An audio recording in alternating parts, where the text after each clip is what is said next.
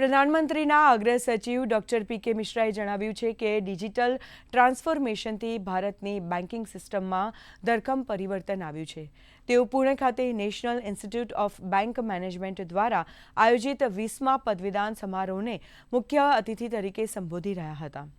Doctor મિશ્રાએ પદવીદાન સમારોહને વિદ્યાર્થીઓના જીવનમાં સીમાચિહ્નરૂપ સિદ્ધિ ગણાવી હતી અને તેઓ વ્યાવસાયિક જગતમાં પ્રવેશતા હોવાથી તેમને દેશના આર્થિક વિકાસમાં યોગદાન આપવા અનુરોધ કર્યો હતો.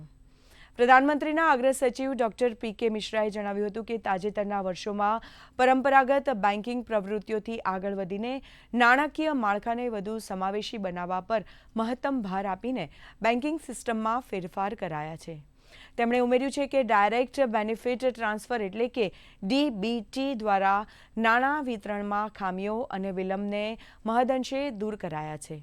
યુપીઆઈ દ્વારા ભારતની ડિજિટલ પેમેન્ટ ક્રાંતિને મહત્વની ગણાવતા ડૉક્ટર મિશ્રાએ જણાવ્યું હતું કે ભારતે દુનિયાની સૌથી મોટી સિસ્ટમ પૈકીની એક real time digital payment system બનાવી છે.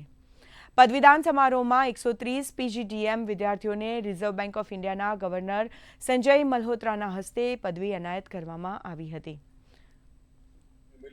Teachers and mentors who have supported your journey.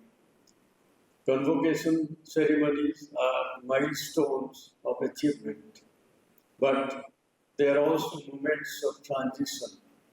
As you leave the classrooms of NIBM and join the professional world, you do so at an extraordinary moment in India's economy and financial history. NIBM occupies a special place in India's institutional landscape. NIBM was conceived as the apex think tank of the nation's banking system. During the last 5 decades, it has significantly contributed to capacity building, research, and policy thinking in India.